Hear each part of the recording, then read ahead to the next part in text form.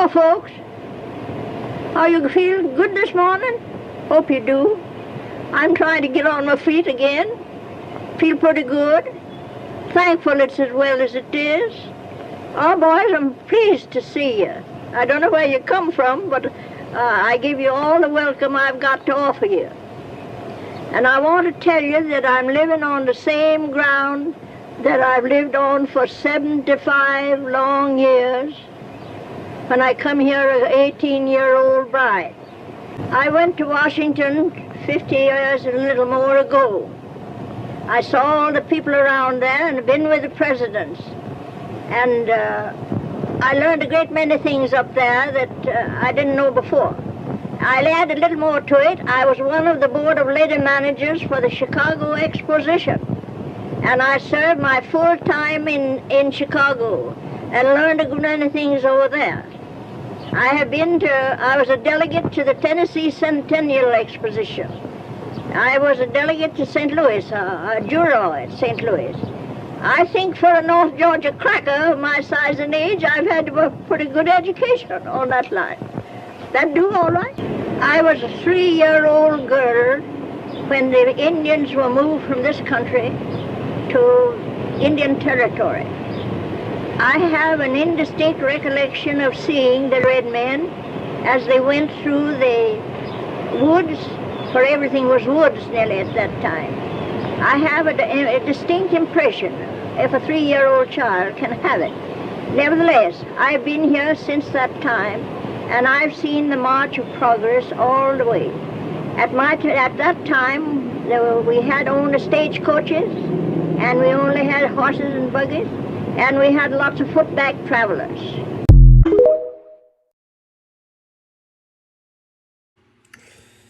Good day, everybody. This is Van the Man with another episode right here, Black Culture Network. Mind elevation, the importance. Listen, today we're going to watch something called Harvest of Shame. It was a 1960 documentary by broadcast journalist Murrow, who worked for CBS, to show the plight of American migrants, horticultural workers. Talk about black people. We were called migrants in the 1960s. It aired in 1961 as John F. Kennedy requests to become the head of the United States Information Agency. So this is an investigative report, 52 minutes. There's plenty of reports like this that our people today need to be educated on. I can speak and communicate and relate to what I watched in this documentary. Not only did it display the black families, also display the white families. It displayed a mother working in the field for 85 cents a day, picking beans. Displayed the different type of schools that the black kids went to as opposed to the white kids. We had the poor white families. Father had 5 sons and they had a loaf of bread and beans for dinner. They slept in the woods. Sometimes they considered these migrants traveling 1,600 miles just for a job. Pack people up in the truck like sardines.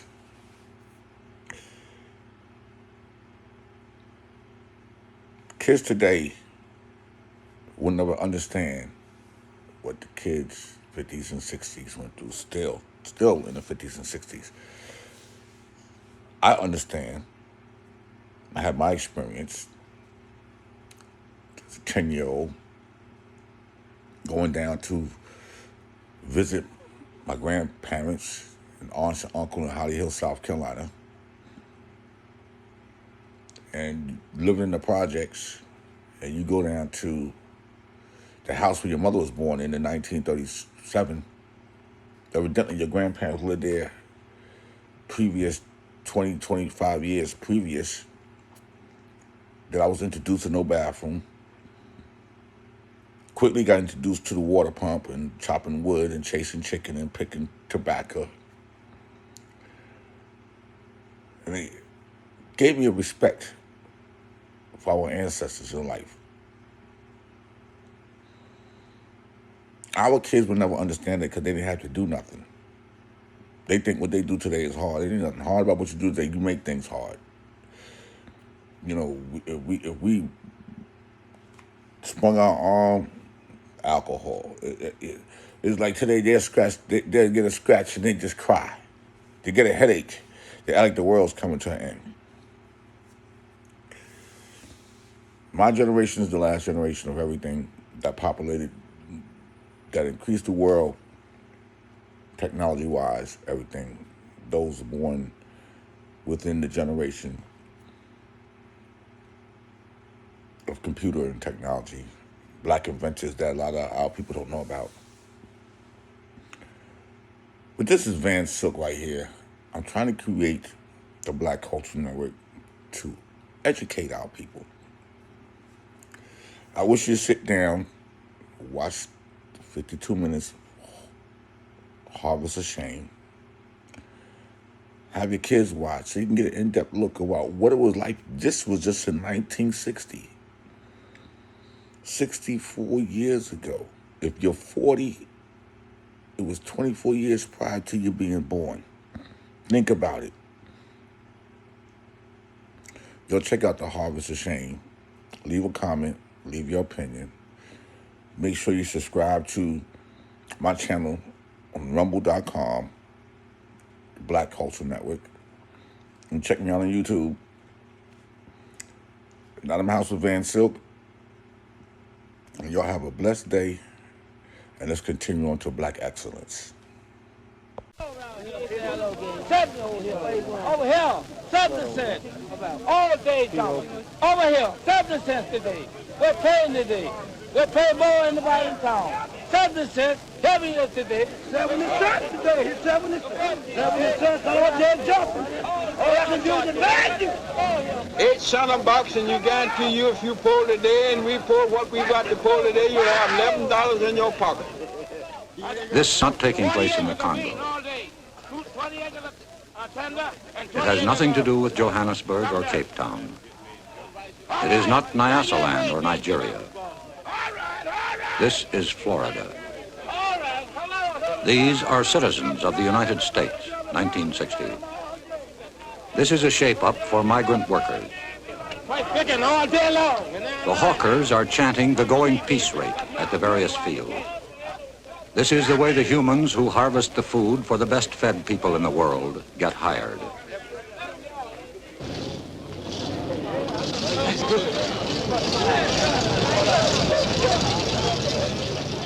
One farmer looked at this and said, "We used to own our slaves. Now we just rent them." The Secretary of Labor looked at the migrant plight and said, I think they're the great mass of what I've called the excluded Americans. They are people who cry out, the workers and their children and their wives, who cry out for some assistance, and whose plight is a shame. It's a shame in America. The president of the American Farm Bureau Federation, the largest farmers' organization, says, I think that most social workers would agree that it's better for a man to be employed, even if his capacity is such as to limit his income. And we take the position that it's far better to have thousands of these folks who are practically unemployable, earning some money, doing some productive work for at least a few days in the year. this is an American story that begins in Florida and ends in New Jersey and New York State with the harvest. It is a 1960 Grapes of Wrath that begins at the Mexican border in California and ends in Oregon and Washington. It is the story of men and women and children who work 136 days of the year and average $900 a year. They travel in buses. They ride trucks. They follow the sun. Well, I don't know. It don't look like we'll ever get ahead. I guess we'll just have to keep going till we can find something better. A minister named Cassidy, who works with them, says, they are just as bad as a slave.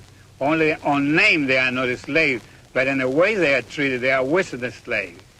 And somebody has to make thousands of dollars out of his sweat. Is that a slave or not? they are the migrants, workers in the sweatshops of the soil, the harvest of shame.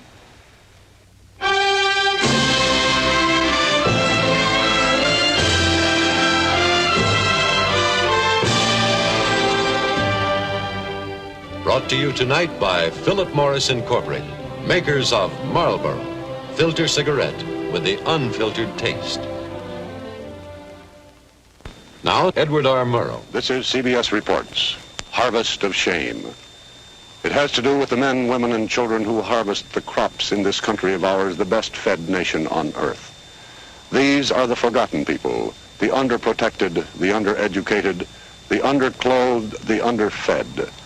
We present this report on Thanksgiving because were it not for the labor of the people you are going to meet, you might not starve, but your table would not be laden with the luxuries that we have all come to regard as essentials. We should like you to meet some of your fellow citizens who harvest the food for the best-fed nation on earth.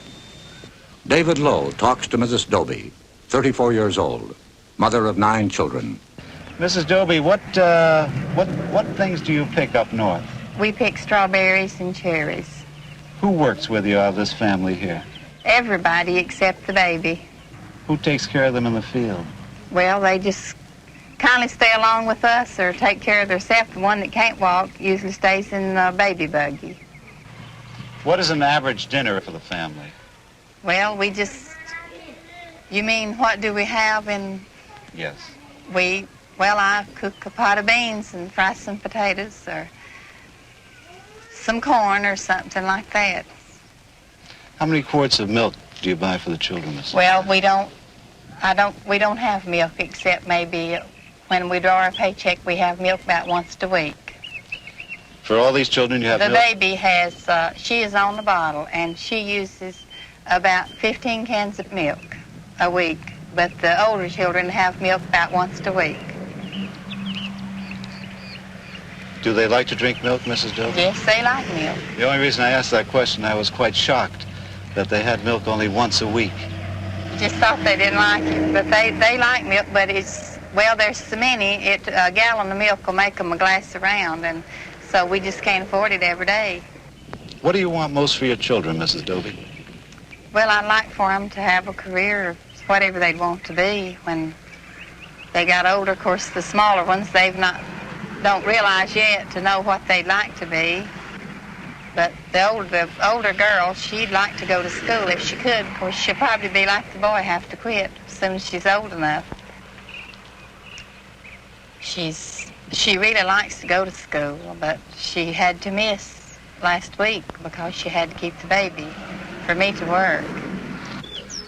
Mrs. Doby, wouldn't you ever care to have a house of your own? I'd like to have a house if we plan to buy one. If we could ever get enough to pay down on one, we'd buy one. Do you think this will ever happen? Well, it don't seem like it. This is Belgrade, Florida, where the Exodus has its beginning every year.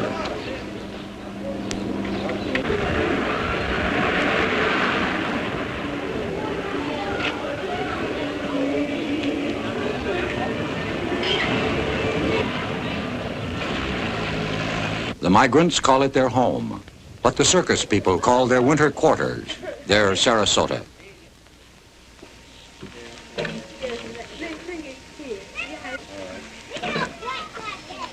Charles Goodlett, chief of police of Belgrade, says, the problem that we have now are the ones that come here that don't have the money to rent a room.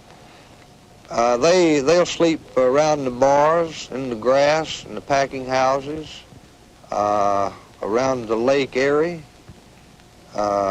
in the parks, any place they can find to sleep, to rest for a few hours. They come here with one thought in mind, is to survive till the end of this season and save enough money to get to the next state, going north. From towns like this throughout Florida and throughout the South, the 2 to 3 millions move out on their annual migration, which ends in late November.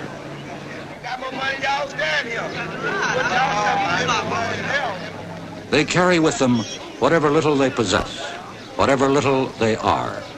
At the Okeechobee labor camp, while families were preparing to move north, there was still some work in the bean fields. Children, as usual, were left to fend for themselves. Jerome, how old are you? 9. 9. Do you go to school? Yes. Where do you go to school, Jerome? I did at Okeechobee Elementary School. I see. What is your sister's name? Lois. That's Lois. And what are your other sisters' names? Catherine and Beulah. Catherine and Beulah. What happened to your foot, Jerome? Dig a nail in out there by the wash house. So you drove a nail in out by the wash house. What did your mother do for that? She put some alcohol on it.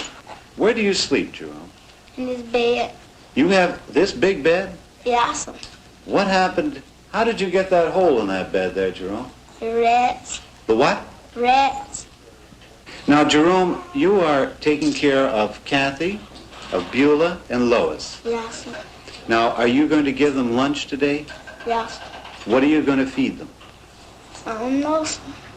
Do you have any food here to give them? Yes. I see. What time does your mother come home?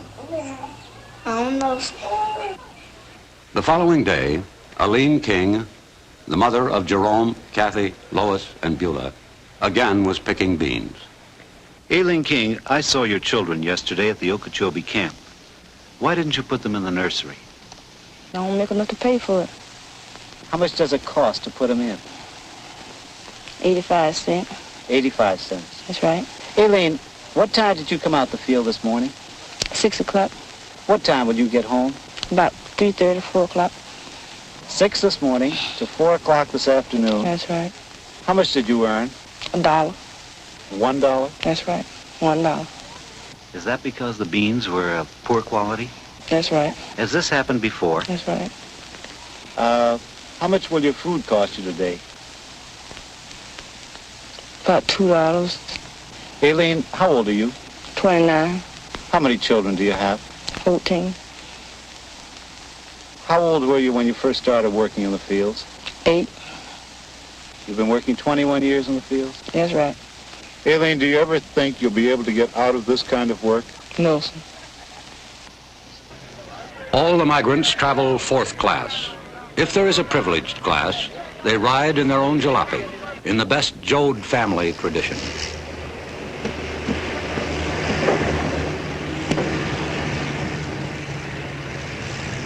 The long journey begins. Through Atlanta, Nashville, Indianapolis, en route to the fields and orchards of America. Lowe has been following the migrants for the past 9 months. Some are freewheelers who travel as a family unit. He met the Parsons family as they were about to leave Belglade tomatoes for Indiana strawberries. Mr. Parsons, do you think the farmers you work for care about your problems? No, sir. They're not in particular worried about you. They just want their stuff out and you get away as quick as possible. Would you say that you're welcomed when you're needed? Well, that is the only time that you are welcome, is when they are needing you. They're friendly and everything, but once they're done with you, well, they'd rather for you to move. Did they ever ask you to leave their places? Oh, yeah. They tell you if you finishing up like tomorrow, well, they had rather for you to be out and gone in about 3 days, and that way it'll cut down on their electric bills and all of the other stuff. What do you want most in this world for you and your family? I'd like for my family to be well, stay together as much as possible. I'd like to be on a farm somewhere out away from so many people, to where they could attend one church and be interested mostly in one school. And that way I believe they'd all be better satisfied. Mr. Parsons, do you think this will ever happen? Not the rate that I'm going now, no. Most of them ride 1,500 to 2,000 miles to work in vehicles owned by crew leaders who recruit the workers for the migration north. This is the Roach family looking for work. Mr. Roach, how did you happen to come to this place? Well, I came to Augusta, and I was talking to some people, and they told me to come on down to Waycross, that it was a lot smarter work around Waycross, see? Well, how many miles have you been traveling looking for work so far? About 1,600 and something. Mr. Roach, where did you spend the night last night with your family? Over in the woods. Pulled up on the side of the road, a little dirt road, and slept in the woods, outside the car. May I ask you, sir, what did you have for dinner and your family last night? Well, we had bologna sausage and loaf bread. That isn't very good food for a growing family, is it? Well, we made on it. How much money do you have in the world right at this moment? I only have about $1.45. Well, what do you intend to do about food for your family today? Well, I've always worked and I always figured I could get work. I had never been where I couldn't get a little something to do. The vegetables the migrants picked yesterday move north swiftly on rails. Produce en route to the tables of America by trailer is refrigerated and carefully packed to prevent bruising. Cattle carried to market by federal regulation must be watered, fed, and rested for 5 hours every 28 hours. People, men, women, and children, are carried to the fields of the north in journeys as long as 4 days and 3 nights. They often ride 10 hours without stop for food or facilities.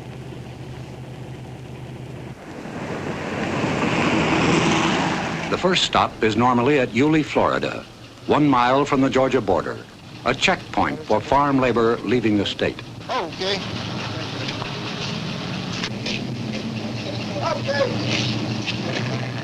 There are other stops. Kingsland, Georgia, for bread and sandwich meats. Darien, Georgia, for facilities.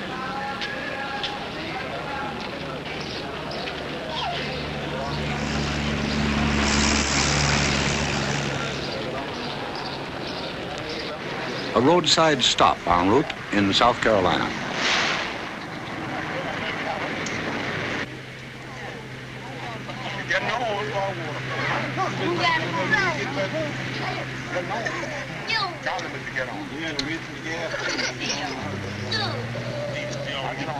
"1,000 miles north of Belgrade, Florida, by way of U.S. Route 17 and 301, through Jacksonville, Savannah, Charleston, Wilmington, and New Bern, is Elizabeth City, North Carolina, a bean stop, good for 6 weeks' work. This camp was home for 40 days for the families of Tom Lockett's crew, now 30 hours out of Belgrade. Miss Blakely, how many years have you been working in agriculture, in the fields? Oh, practically all of my life. I haven't did no other work much but in the field all of my life. I raised all my kids working in the field. I noticed that there's some straw over there. What is that for? Well, that was the straw they brought for the people to sleep on. Well, weren't mattresses supplied here? They used to be, but they ain't now. Mrs. Blakely, where is the water supply over here? That's it right there. For how many people? For this and that over yonder, they all use the same. And how many bathrooms are there here? Now. Where do you use the bathroom? Where are the facilities? Don't have one. We use our tin tubes. Mrs. Brown, how did the children fare on the journey up north? Well, they got kind of fretful, you know, and got so riding, handling them. But we made it. Miss Brown, may I ask how old you are? I'm 37. Mrs. Brown, how many years have you been working in the fields? All my life. Do you remember how old you were when you started? I was about 8 years old. Would you like to get out of this work? I sure would. Do you think you'll ever be able to? I'm hoping so. Do you think you'll be able to, though? I don't know. 20 miles from Kitty Hawk, North Carolina, the workers, driven 900 miles north by crew leader Norman Hall, picked beans at the prevailing rate of 50 cents a hamper.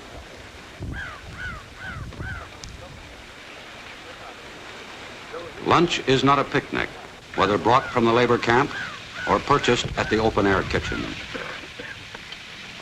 or in a bottle heated by the rays of the sun. In a survey in 21 states conducted by the National Council of Churches, the migrants themselves listed the evils of labor camp life. Bad housing, flies, mosquitoes, dirty beds and mattresses, unsanitary toilets, and lack of hot water for bathing. One employer of hundreds of migrant laborers was asked, are they happy people? Well, I guess they got a little gypsy in their blood. They just like it. A lot of them wouldn't do anything else. A lot of them don't know any different. That's all they want to do. They love it. They love to go from place to place. They don't have a worry in the world. They're happier than we are. Today, they eat. Tomorrow, they don't worry about. They're the happiest race of people on earth. Mr. Jones, do you think that the migratory laborer makes a living wage? They make a poor living. In other words, sometimes it's just like the farmer. Sometimes when things are good, when the yields are good and they can make good money, they make a good living. But take year in and year out from different seasons, different sections of the country, I'd say no, they make a poor living. There are days when beans are not ready for harvest, and that's one more day with no income. Ed King, a crew leader, hauled his workers to this camp at Powell's Landing, Virginia, where they worked 5 weeks pulling corn and picking beans. And when the fields have been stripped in North Carolina and Virginia, the trucks and buses again move north.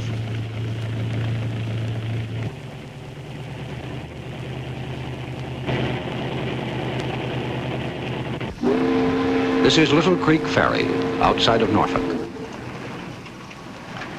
20,000 migrants are ferried to the fertile fields of the Virginia Cape and the eastern shores of Maryland and Delaware for beans, tomatoes, asparagus, and potatoes.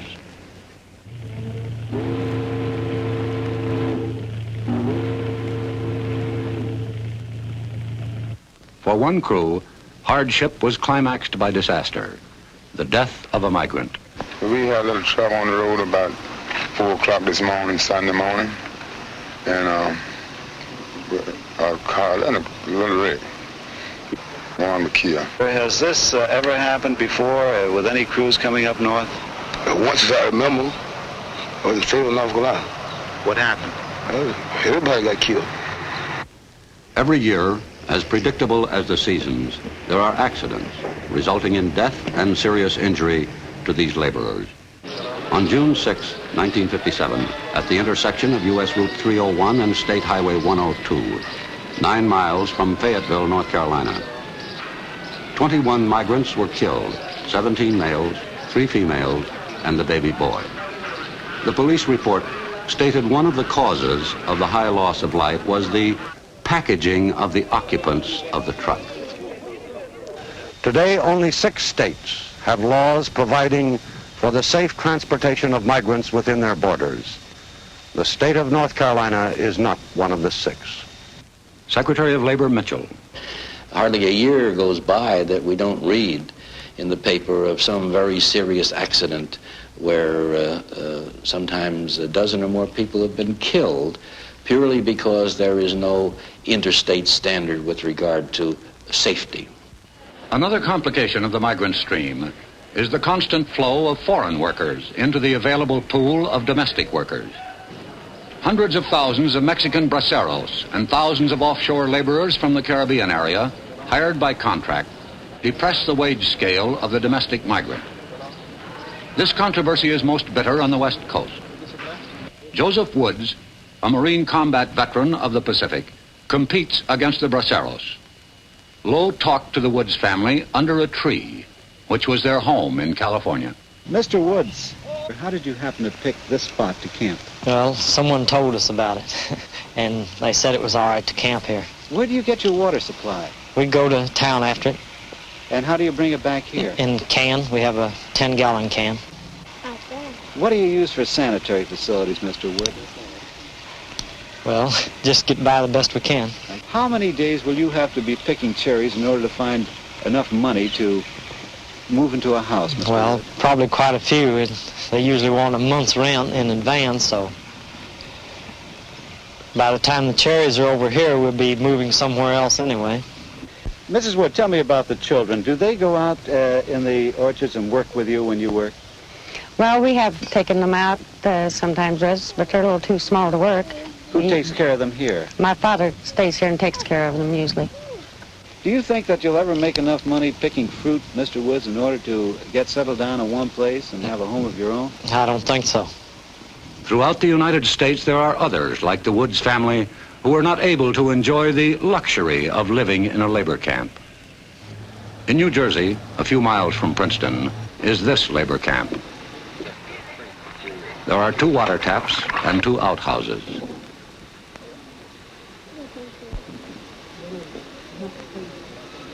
Families live in one room, usually in one bed.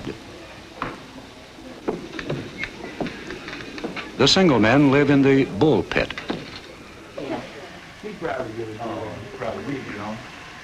Their space, 1 bunk. 4 people live in this room in New Jersey.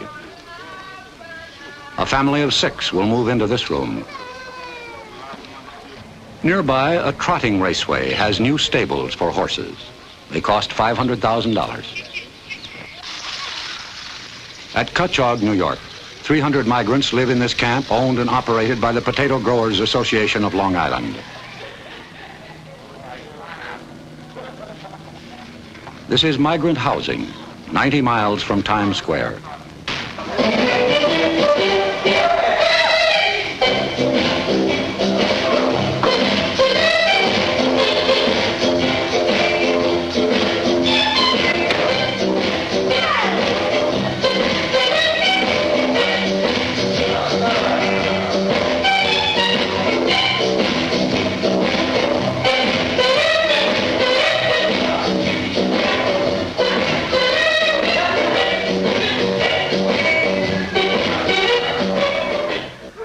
Some have tried to leave the endless migratory stream.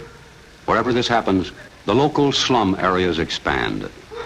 This is Riverhead, Long Island, New York. A minister said, "This is as primitive as man can live."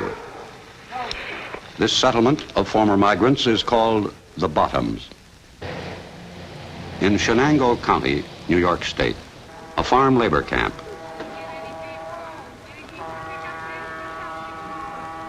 The ultimate goal of Ed King's crew, 1,257 miles from Belglade.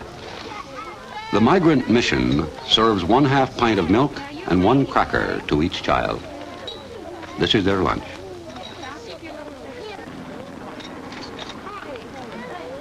Their parents eat lunch in the field, sometimes 75 miles away. This is the living space of Eileen King and her 5 children. The room is similar to their winter quarters in Belglade, only smaller. Charles Schumann, president of the American Farm Bureau Federation, says, "We're the only group of people that furnish housing for our workers. And we furnish these extra benefits, perquisites. Some sections call it the furnish. And it's almost impossible to calculate the value of these added benefits. At the same time, we don't condone inadequate housing." Mr. Schumann, why does the American Farm Bureau Federation so violently oppose federal legislation? I think there'll be more rapid progress with state regulation than there will be with federal regulation.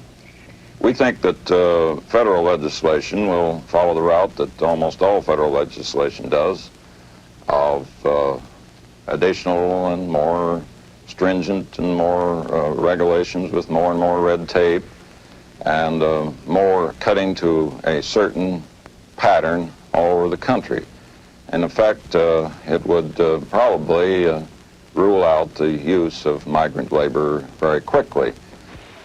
The middleman between the farmer and the migrant is the crew leader, a remnant of the padrone system in wide use 60 years ago.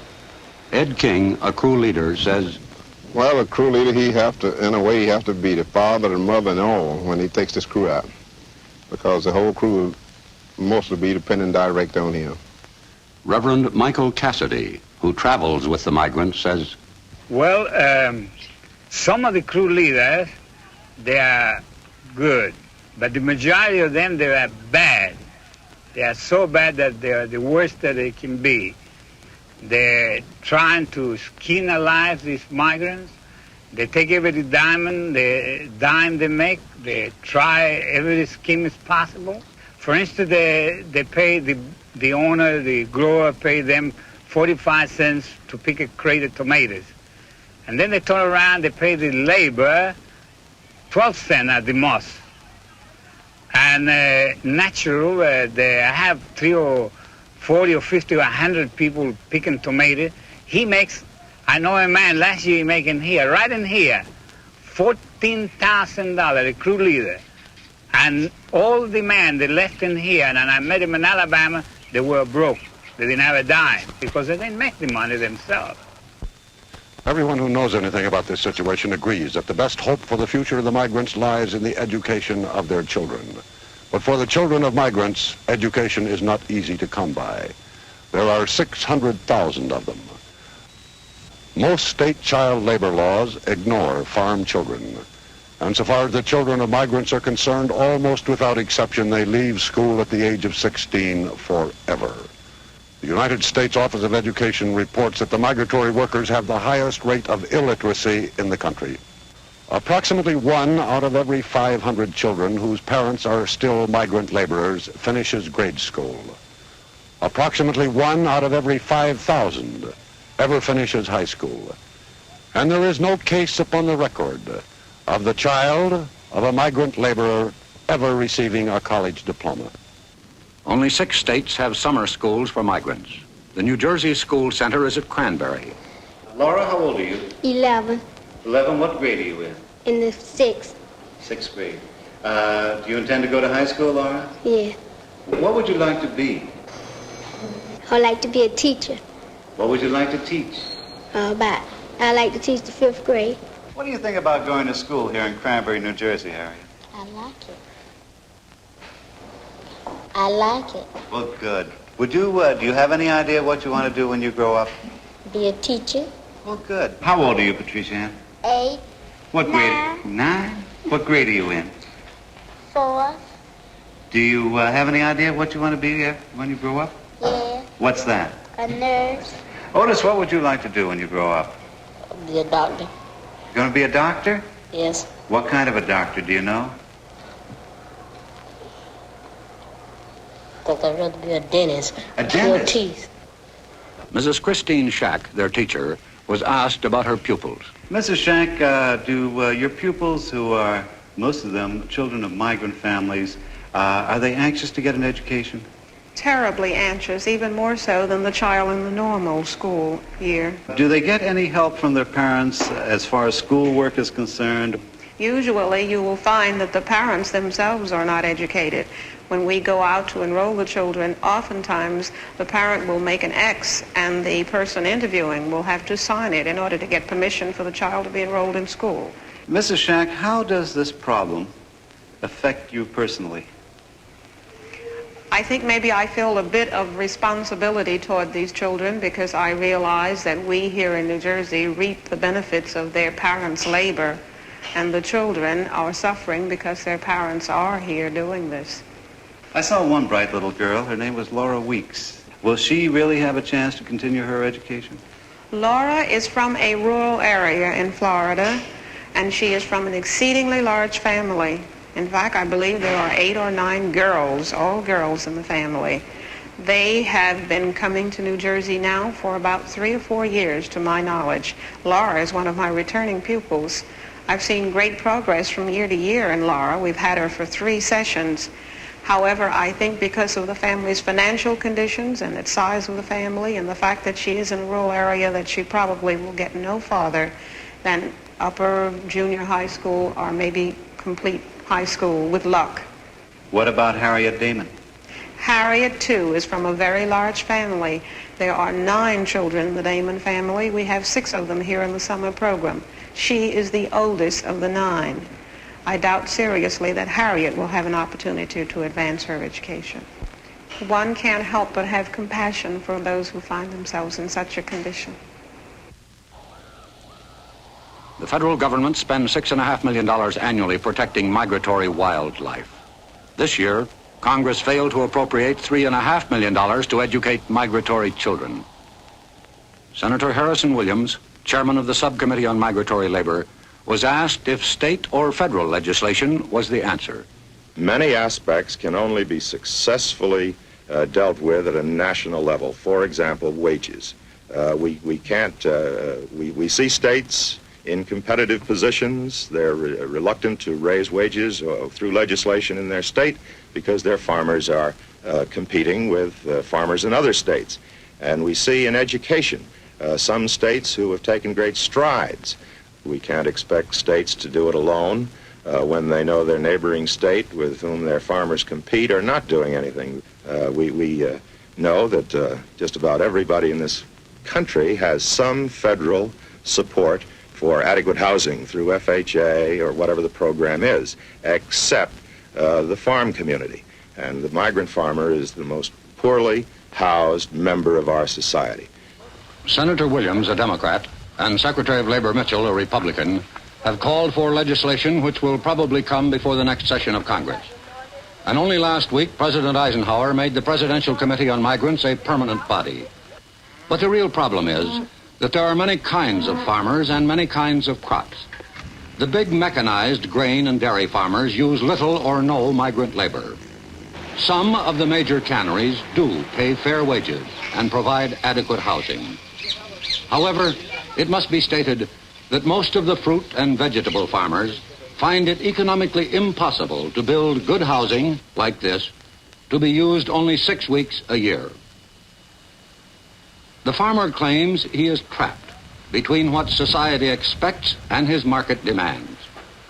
Howard Jones, a grower in Florida, was asked if he knew what his beans, picked that day, would bring in the market.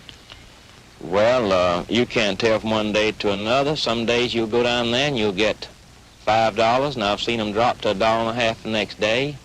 Or one day they'll be $3, and the next day they might be $2, or one day they'll be $2, and the next day they could be $4. Who sets your price?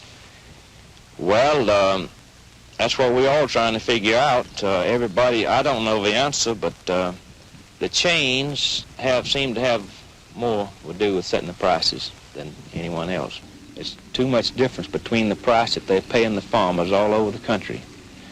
And something we've thought about trying to get somebody to investigate it, some of the congressmen, the senators, but you go up there to Washington. We had a group of boys go up there here a couple of years ago. They gave them a run around. Agriculture Department, they all give them a run around. We believe that those chains have lobbyists in Washington, and they're going to do pretty well as what they please. Mr. Mitchell, some of the growers have told us that the chain stores fix the prices, and they cannot meet those prices if they pay their labor a higher wage. What about that? Well, I wonder if that's a very valid argument. That might be said of many other industries. It might be said, for example, of the garment industry, and I've heard it alleged that retailers dictate to the manufacturer the price they will pay for a garment, and in effect say, you produce the garment at that price no matter what it takes to produce it.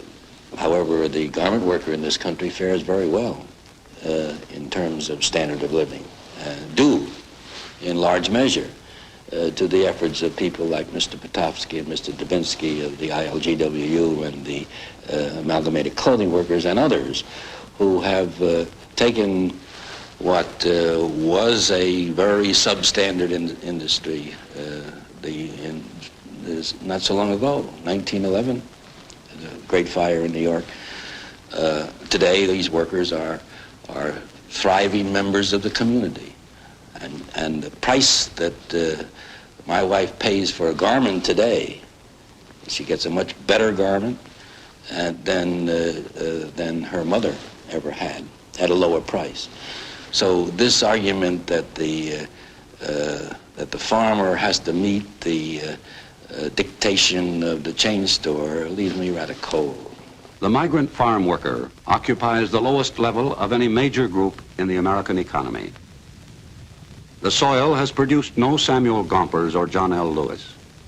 As Secretary of Labor Mitchell states, I think the AFL-CIO in the past has been too preoccupied with other affairs, and probably the farm problem was so tough that they were reluctant to tackle it. I think their attitude and policy has changed, and they're making a greater effort now to organize than they ever have in the past. Farm labor, however, is excluded from all federal legislation designed to protect the rights of those engaged in interstate commerce to organize and bargain collectively. In 1959, the AFL-CIO set aside $100,000 in an effort to organize the fruit pickers of California. One of the large growers in California was asked what he thought of this effort to organize the fruit pickers. I think their very lack of progress and their very lack of success in signing up members has shown that the industrial type of union which they represent has no place or application to agriculture. Charles Schumann, president of the American Farm Bureau Federation, was asked how his organization felt about unions. I think that the agricultural worker needs to have the right to change jobs, freedom to move about, freedom to quit if he doesn't like it, freedom to protest, freedom to negotiate, or they are organized, but the right to strike at the time of harvest ought to be regulated in some manner. The AFL-CIO Organizing Committee in California thinks differently. Earlier this year, they called a strike meeting of cherry pickers in Stockton. Always on the go for a winter steak in summer, and the pay has been too low. A meeting reminiscent of the days of auto and steel organizing in the 30s. We stand as one or fail. Keep your hand upon the dollar and the dime for every pail.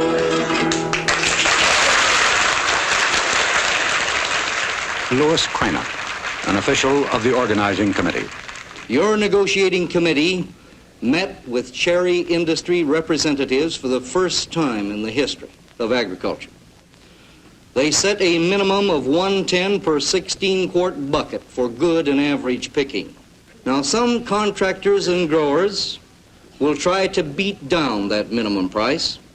They'll say that they can't afford to pay 110 a bucket for the big crop, that they're squeezed, that the Chrysler Imperial needs fixing, or Junior's Thunderbird is on the blink. Now it's up to you and the rest of the pickers. It's your program. It represents united action.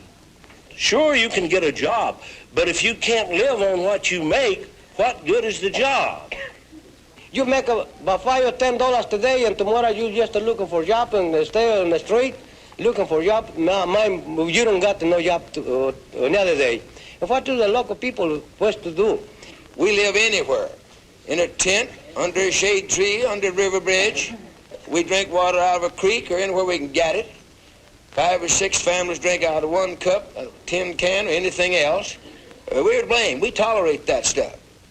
If we stick together and say we won't do it, we won't pick your cherries until you give us some restrooms in the field for the ladies, some for the men, and some water fit to drink, we won't pick them. We'd get them. The fruits of the earth must be harvested to feed and sustain mankind. What have you to show for picking since the harvest has begun?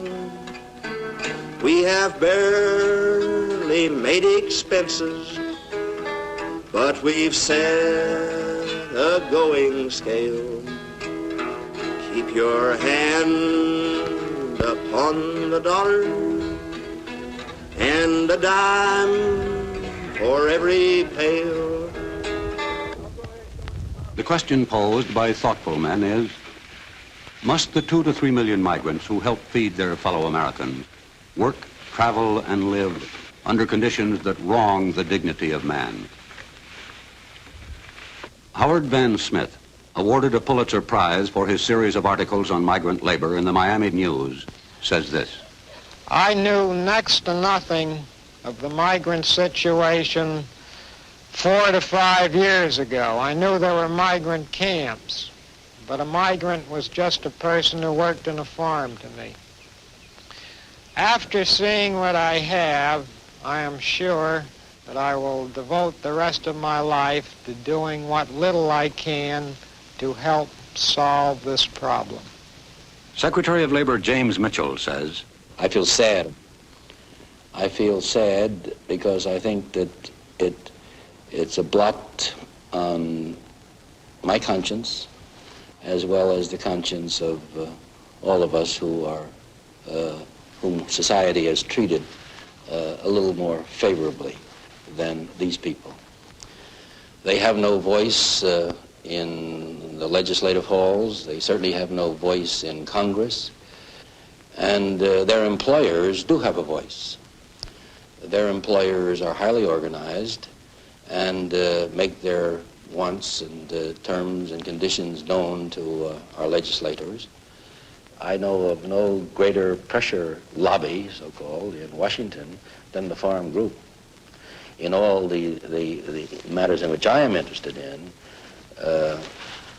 I have been frustrated to a greater extent than in any other sphere of activity as Secretary of Labor in my inability to make any impact at all in terms of either regulations or law that would help the farm workers. And the pressures of the farm groups are tremendous.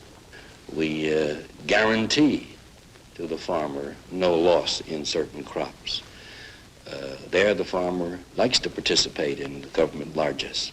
But Lord help the fellow like myself who dares suggest that perhaps the government should do something about the workers that work on farms. It seems to me that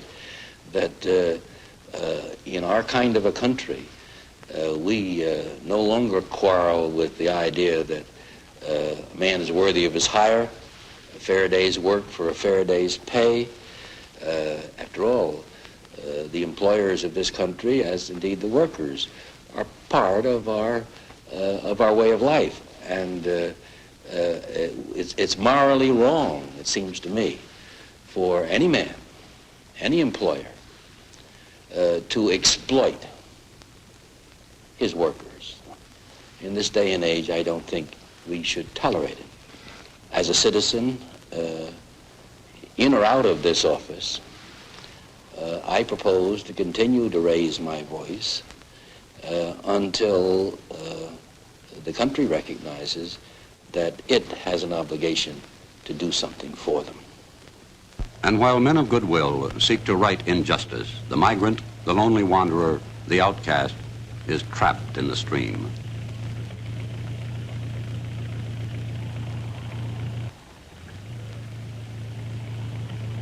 Now it is November.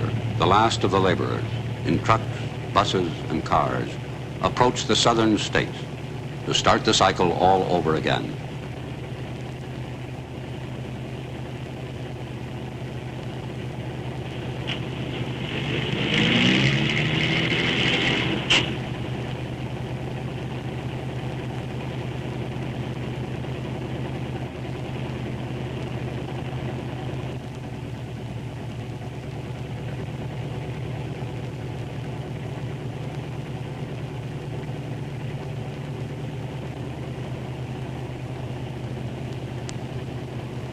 The Sunshine State welcomes them back. Homestead, Immokalee, Pahokee, Belglade, and hundreds of other communities. This is home. New housing is available. The rent, $15 per room per week. The migrant is at the mercy of the weather. This year in Florida, there was a freeze, killing beans, tomatoes, celery, corn. Its byproduct was a bread line. Migratory farm workers are not eligible for unemployment insurance.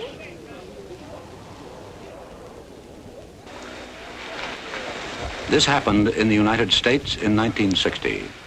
A line of humans waiting for a ration of tinned goods, milk and bread.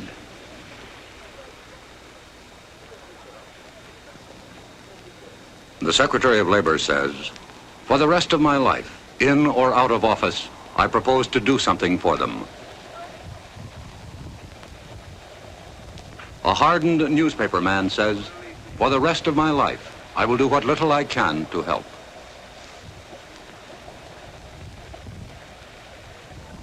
But perhaps Julian Griggs, a chaplain for the migrants, speaks for all of us.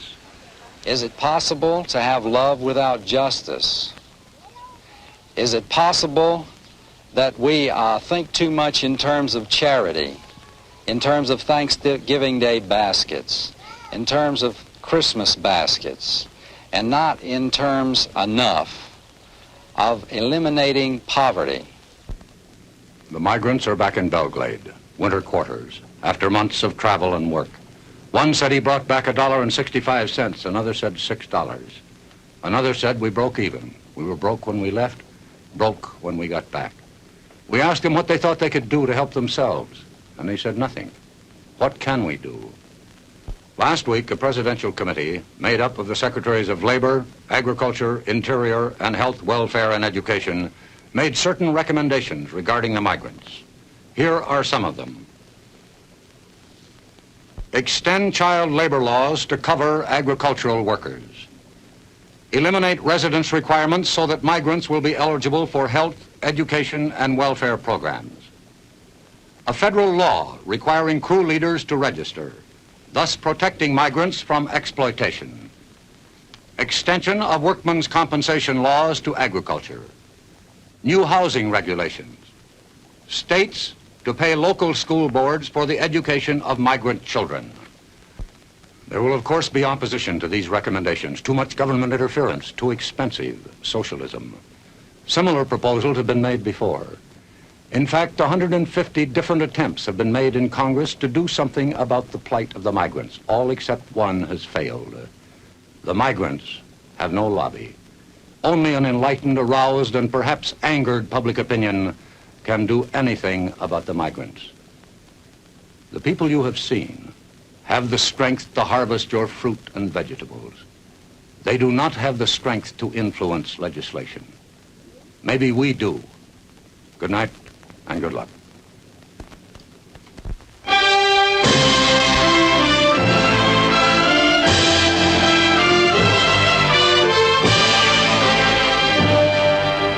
Harvest of Shame has been brought to you tonight by Philip Morris Incorporated, maker of Marlboro, filter cigarette with the unfiltered taste.